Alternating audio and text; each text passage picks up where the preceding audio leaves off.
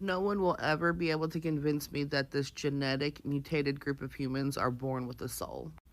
The white humans who are exceptional, I'm pretty sure they have something in their DNA.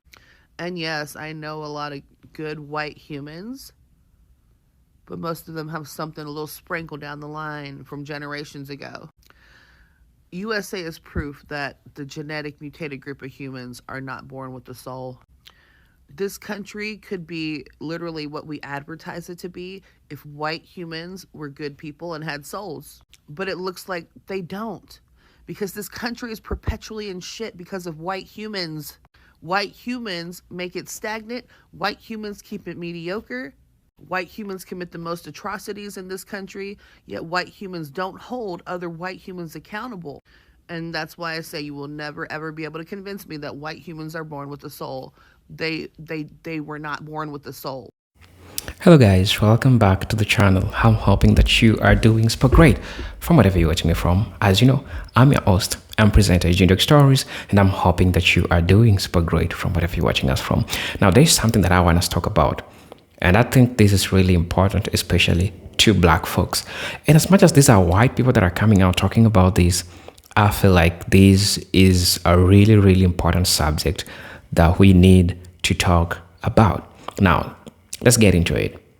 The fact that black people are being showed by the mainstream media, and the world is believing that all the chaos that are being caused in the United States is because of black people.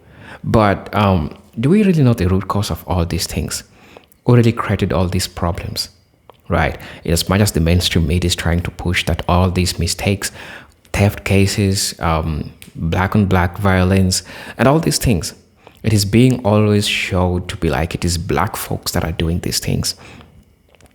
While we need to take a minute and look at history, really just try to look at the lives that black people lead and the lives that white folks lead.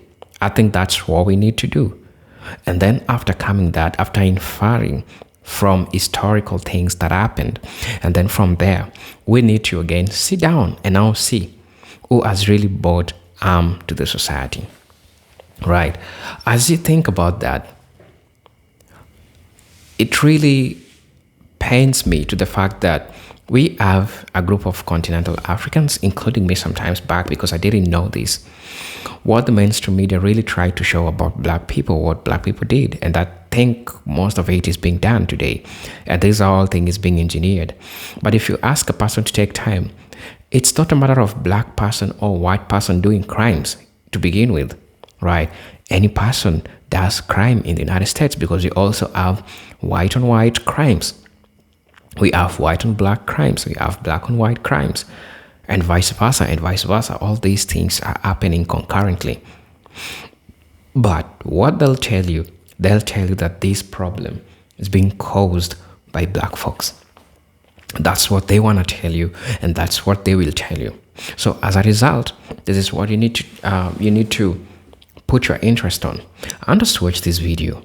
I'm your host and presenter, Jindok Stories. For those who are watching me for the first time, I'll definitely ask you to subscribe to the channel, join my membership, and really get to see what I can offer you. But until then, watch the video. I'll be back, and then I'll be sharing my thoughts at the end of it all. Let's watch it. No one will ever be able to convince me that this genetic mutated group of humans are born. Yeah, we don't have any power right now. Had a bad storm last night, a lot of tornado warnings. Anyway, only thing I can think of to say to this video is the nerve. Sitting here in 4K, making this jackassy video, talking about an entire group of people as if they're a monolith. There's a word for that, by the way. While looking whiter than I do. Can someone fucking explain that shit to me? The math's not mathing. And yet y'all try daily to convince me that you can't be racist to white people. Okay. No one will ever be able to convince me that this genetic mutated group of humans are born. Guess who's back? We're back again. No. Y'all ain't getting away with this. Listen. The reason why white people do all the shit that they do is because nobody holds them accountable for it. Nobody. The white man can get on TV and talk about China all day, say they bring viruses and everything else. And the Chinese will bow so hard to them that their backs will snap. They can say that, oh, Hispanics aren't bringing their best. We need to kick them out and build a wall. And you'll have Hispanics, literally Latinos for Trump, right? The white man or the YT man can literally say that Indians publicly defecate in the streets, right? And make fun of them. But then they'll come over here and change their name to Nikki Haley or Kamala Harris. The Africans, oh, they over here trying to get rid of Tory, but you'll roll the red carpet out for them. Ghana's giving them citizenship. Citizenship. They see what's happening in South Africa. They see what's happening in Burkina Faso. And they're like, we need to give them citizenship because the whole world literally drops down on their knees and blows these people. There's an entire Oxford study where Michael B. Jordan would have a harder time getting a Korean girl or a Chinese girl or an Asian girl in general than Homer Simpson. A YT dude that looks like Homer Simpson. He could be 65 with a thumb-sized penis, and he'll be able to pull the baddest Asian chicks. Meanwhile, Michael B. Jordan would be over there getting called monkeys and all kind of stuff. The only reason why they showed I Show Speed all of that love is because of the size of his platform. So no, the YT man isn't the only one guilty here. All of y'all are. The only group of people on the planet that have consistently called out the YT man unapologetically has been the so-called Black American. We're the only ones from the very beginning like, yo, these people is really not what it is. These people really destroying everything.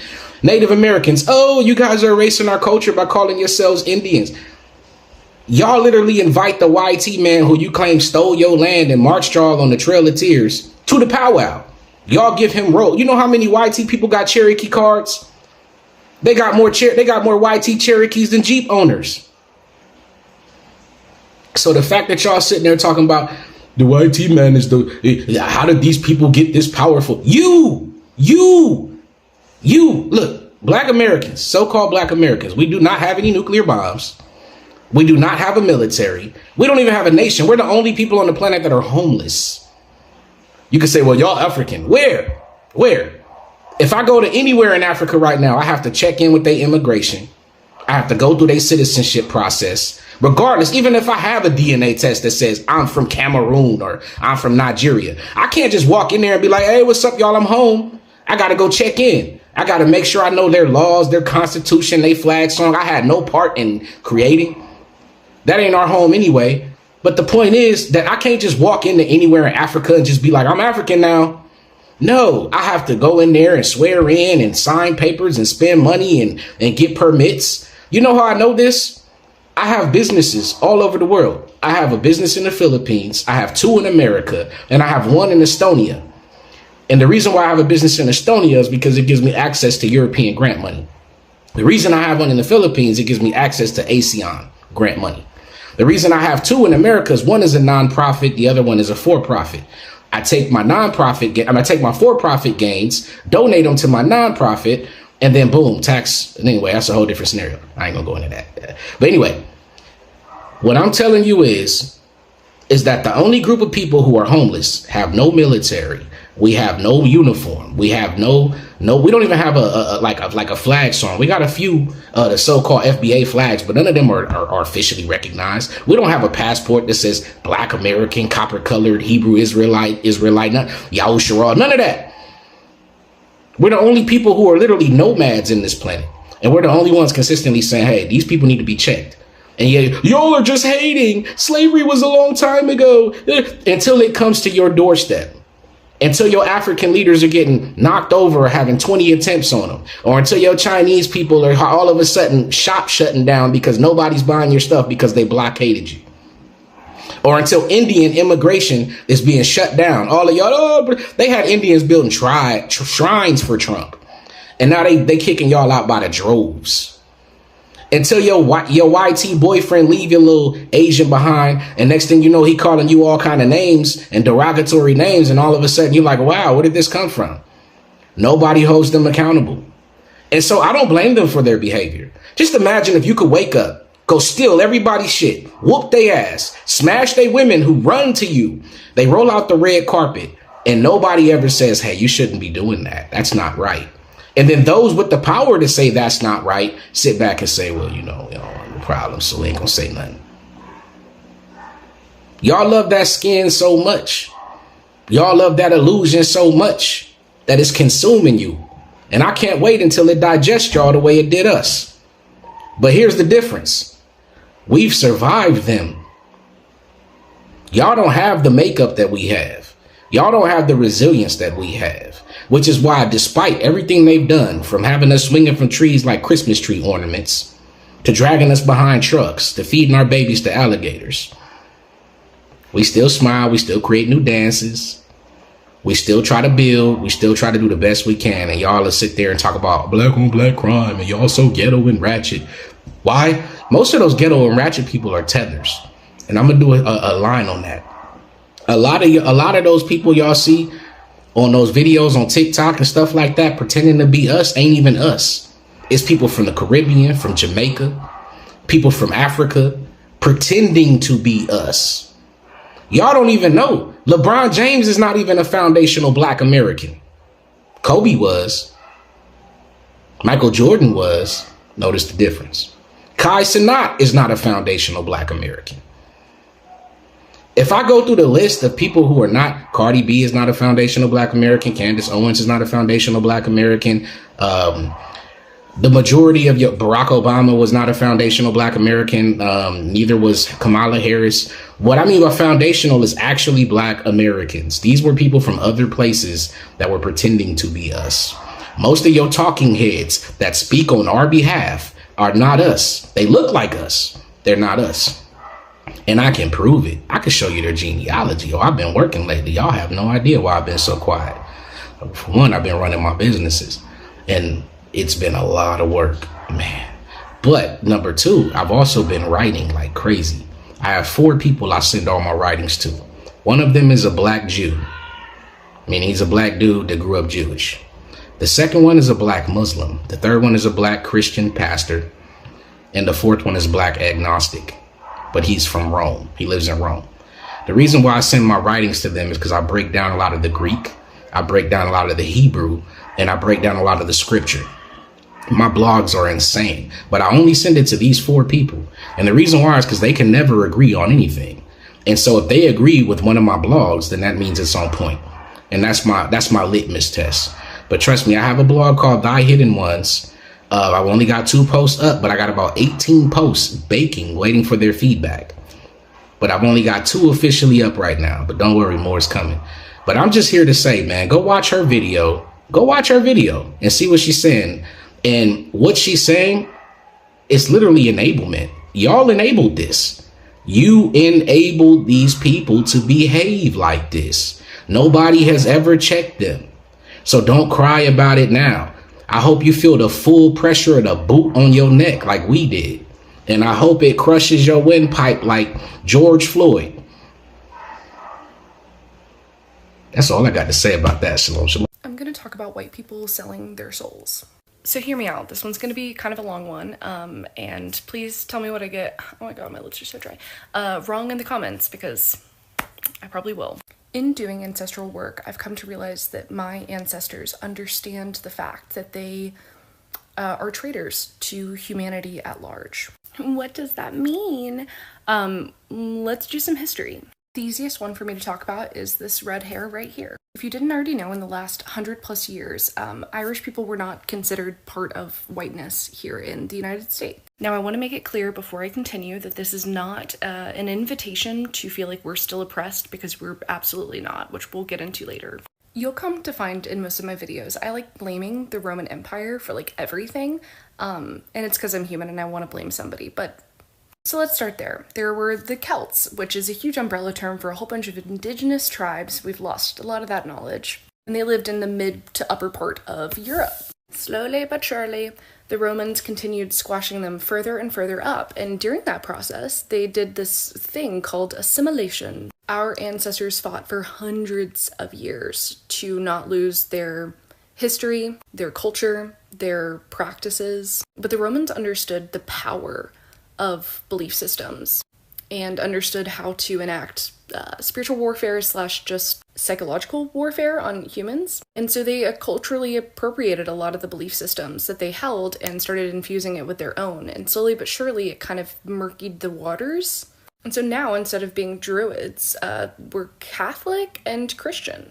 And again, our ancestors fought for hundreds and hundreds of years not to lose touch with their soul. And there is grace that can be given to our ancestors. They were doing it out of genuine fear and physical violent repercussions. But nevertheless, they sold out and assimilated. And we still see the repercussions of this today in Ireland.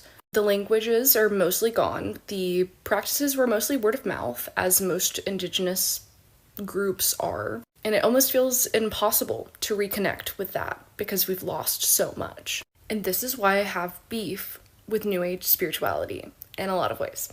I find that there are a lot of white people within New Age spirituality who have qualms with the fact that there are different indigenous tribes that are like, hey, these are closed practices, or hey, can you not do that like that? And I think on the side of white people, the thing is that it's unprocessed and integrated shadow work that needs to be done. Because I think the block there is this idea that like, oh, well, we've been through this and we're fine. And just an overall ignorance to our own history and what has happened to our own spiritual practices. You're so drawn to these indigenous practices because they do call to your past. But the responsibility we have to take as people that are in white bodies is the fact that we have been pre-programmed with assimilation. And so deconstructing that does not actually lead you to appropriating other people's practices, but actually leads you back to your own practices. And so I kind of find it a red flag when I see white people doing that. Not to say that we can't share cultures, but if you're going to go to an ayahuasca ceremony and it's facilitated by a white woman, that is not something that you want to continue perpetuating, in my opinion. Just like men are more likely to listen to other men say things, we as white people are more likely to listen to other white people say things. And so if you're inside of a spiritual community that you feel like is appropriating other cultures instead of focusing in on their own, I think it's imperative that we start steering people back to our own ancestral cultures. I'm gonna make another part to this because there's actually like so much to say about white people selling their souls. Let me tell you something, guys. Did you know that there are people who are born without a soul? This is not, most people who seem to be evil, who seem like so heartless, most of them lose their souls as they move on in life. Maybe something happens to them in childhood and they start losing their soul. Something happens to their soul and they become so cold. There are people who are actually born without a soul. They are just body and mind, and inside is just void. And if you ever encounter them, you will feel it. You feel it because getting close to them, you just feel how cold they are. Even before they speak, you can feel they don't have warmth. Without further ado, we're just gonna go ahead and jump right into this video. This video right here is about no soul, people not having souls. Now, there's two aspects to this.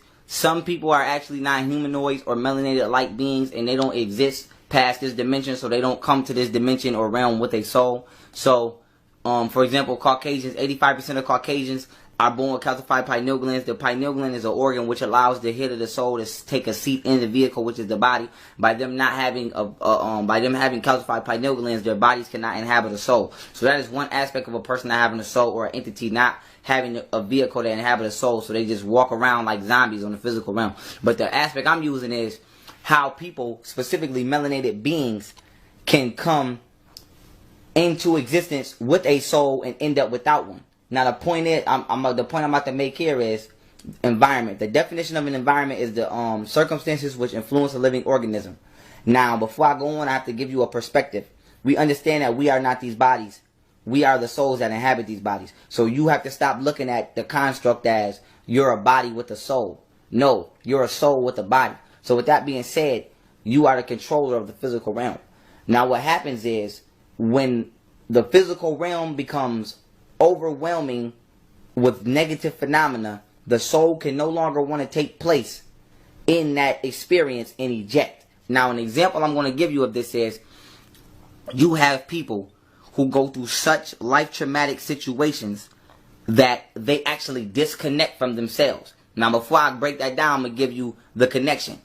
The emotional body is the middle. It's the medium. So the emotional body connects your physical body to your spiritual body. So now when you look at most people who do sick, twisted things, they all have one thing in common. They don't give a fuck. They don't care. They don't have an emotional body. Why? Because their soul is disconnected. So they can't feel nothing. So now, before I go on to my point, the Caucasian teaches you that through his patrilineal system, or his over-emasculated egotistical system, that men don't be emotional. Men don't cry.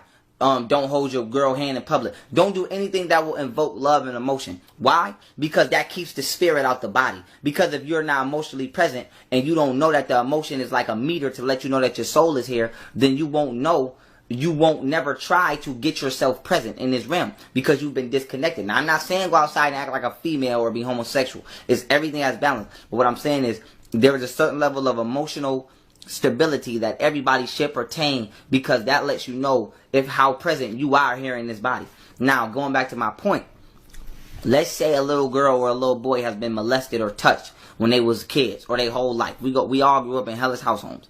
Now, with that being said, you can go through something so traumatizing that you blank out. That you do what we call blank out. Your soul disconnect. It doesn't want to be here. So you physically going through the motions, but spiritually, you gone. Because it's just like an airplane that's finna crash. Just like when you know that a bad experience is coming, you hit eject. And you let the plane go through its phase. Same thing with the body. The soul, if the soul is put into a negative experience that it's not strong enough to handle, and your mind of the individual is not strong enough to handle, the soul will eject and disconnect itself. And now the lowest part of the mind, which is the physical realm or the physical existence, that will be the only thing left to go through the experience. This is why you have people, this is the point of when they say somebody's mentally dead.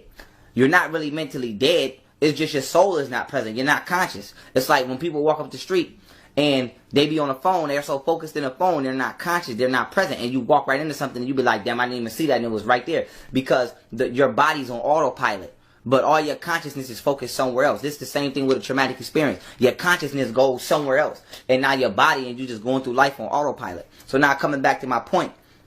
The way people come through the world with no souls end up with no souls, melanated beings, is we go through the most traumatic mental, physical, and emotional and spiritual abuse than anybody else on the planet. And some of us are not strong enough to withstand this abuse because we shouldn't be going through it anyway. So what happens is we disconnect from ourselves, and then we grow up what people will call heartless. And then you end up with little 13, 14-year-old, 15-year-old boys out here killing people in cold blood, or little girls out here having sex with everybody and don't care about themselves and call themselves bad bitch because they became heartless because their soul is not present anymore. So since the soul is not there, the emotional body is not connecting, because the emotional body is just gravitation on a metaphysical scale to let you know what you're experiencing, because you're the soul. So it's like, kind of think of like the Iron Man suit. Your body is the Iron Man suit. So like if somebody does something to you, the soul processes that through, let's say if I tell you shut up, that wasn't right. So now the soul knows, okay, anger. Or if I tell you I love you, now the soul is feeling that. The soul experiences that through the physical realm through love. So the emotions are just like signals to let the soul know what it is experiencing at that current time in the physical body. So now when you go through something so traumatic, your soul might say, I don't want to experience that. So it disconnects, it ejects, and now it leaves the lowest level of its own consciousness here to experience that. And what most of us don't understand by not knowing the science is we forget to come back in the damn body. So now you got 30, 40, 50, 60-year-old people who have been disconnected from themselves since they was 15, 16 because their stepfather molested them, or they got beat up and something happened to them, or something happened to them so traumatic, or you got little girls who I've seen personally, you grow up in a house, they 10, 12, 11, mom telling them bitch this, bitch that, you calling your own daughter a bitch, and you putting them through hell, you kicking them out, son, you kick your son out, feed him to the wolves, and you put your child through so much trauma, or don't care, or you got people who just live in a household that's so hellish that they disconnect. And now they 20, 30, 40, and they never actually reconnected with themselves. And now they lost. When we look at the black community, most people are so lost because it is in our very households that is stimulating such evil that is causing us to disconnect. And then we go out into the world already not present just from a household that we grew up in. So the Bible ain't going to teach you this. It's not going to save you. Doctrines are not going to save you. You have to understand who you are in order to save yourself. You have to be able to look on a situation and say, damn, that's what happened to me. And that's why I really don't give a fuck about nothing. When you look at kids, most black teenagers, they don't want to go to school. They don't want to do nothing but sit around and smoke weed all day. They fucking like rabbits. And they don't care about nothing. You can't tell them nothing. They don't want to hear it. Why? Because it's not what you telling them they don't care about. It's they have been through so much traumatic shit, physically, mentally, and emotionally, that nobody else has cared about or even sat down to think about, that they have disconnected from this realm. So now you're talking to them and you breaking your neck to get them the vision and see what they need to do. And you just like, I don't understand why my son don't get it. I don't understand why my daughter don't get it. They don't see they going down the wrong path. Because they're not even present. They don't even care. Their soul is so gone that they become what you call hard-hearted. They don't give a fuck about nothing. Why? Because they don't even realize they're not even conscious in their bodies because of the environment you put them in or you allowed them to experience. So now the point is, an environment, once again, is the circumstances which influence a living organism. The body, the woman who is God, is a portal. The womb of the woman is just a portal for the soul to come into the physical existence of this realm. So now what we have to do is we have to set up environments that cater to melanated beings so that the soul will want to be present. For example, when you watch my videos, you don't feel like, oh my God, I don't want to watch this, or why y'all making me watch that. You can't wait till you get some information because you want to be here, because this is for the soul. This is for you. So the point I'm trying to make is when you go to school, most people like me, I go to sleep in class, I don't care. I don't pay attention. It's boring because you don't want to be there because it's not for your soul. It's teaching you lies, and subconsciously you know this. So the point I'm trying to make is when something is conducive and constructive for the soul wants to be present. Now, as a melanated being, the Caucasian colonizing all around the planet has made the world unpositive to you. White supremacy teaches that you're inferior. Education, Western civilization teaches that you're inferior. The food that you eat makes you out of shape, and it makes you physically not attracted to yourself. TV is white people everywhere. White people win all the awards. They just so beautiful. They everything. It has made, the Caucasian has created a fictitious mental paradigm that to be a black person in this world is inferior on emotional, mental, physical, and spiritual levels. So now some people are not strong enough to handle that, and they don't want to be present. They disconnect from the world. Some people are scared of people. Hello brothers and sisters, welcome back to the channel. I'm hoping and believing that you are doing great from wherever you're watching me from. And I think now that you've watched the video, from all these perspectives, what do you have to learn? There is one thing which outstands, and this is the catch. All of these things that we are being showed that black people are the people who are causing chaos, right? But they're not telling you the truth. They're not telling you the fact that we also have white folks, in fact, that does these things. And why am I saying so? If you try to do your own research, you'll get to see that the black community is so much scrutinized. And when the black community is so much scrutinized, this means that there is a higher chance that a lot of mistakes is going to be found on the black community as compared to the white community, because the white community is not being scrutinized as compared to the black community. They put a lot of police in these black-owned communities as compared to the white-owned communities. And so, what will the police do? The police will do their job. And for them to be seen like that doing their job, they'll try to do anything, including planting drugs on the pockets of innocent people who didn't do all these things, right? So a couple of these factors, they are things that I feel like we need to have a great discussion of, because some of us are working with a wrong picture or a wrong image of black folks. And so I can't just sit down and let this all happen and see it happen. We need to have folks, we need to have people that will come out and talk about this. let's go back and talk about early civilizations. We're trying to demystify what is being said about black people. And we're going to tell you that this is not right. Talking about early civilizations, we have Columbus trying to say that he's the first person that discovered the United States. One thing that people need to understand is that black people were already there. And also same in Africa. Let's talk about Egypt. Early civilizations, talk about writing, talk about mathematics, talk about technology. All these things were discovered by black people. But all they'll show you that the black, especially Africa, is a dark continent with people who are not thinking, with people who don't have knowledge of whatever they're talking about. While they don't know that spirituality definitely was inspired by people who came from this thing that they term as the dark continent. That's where light came from.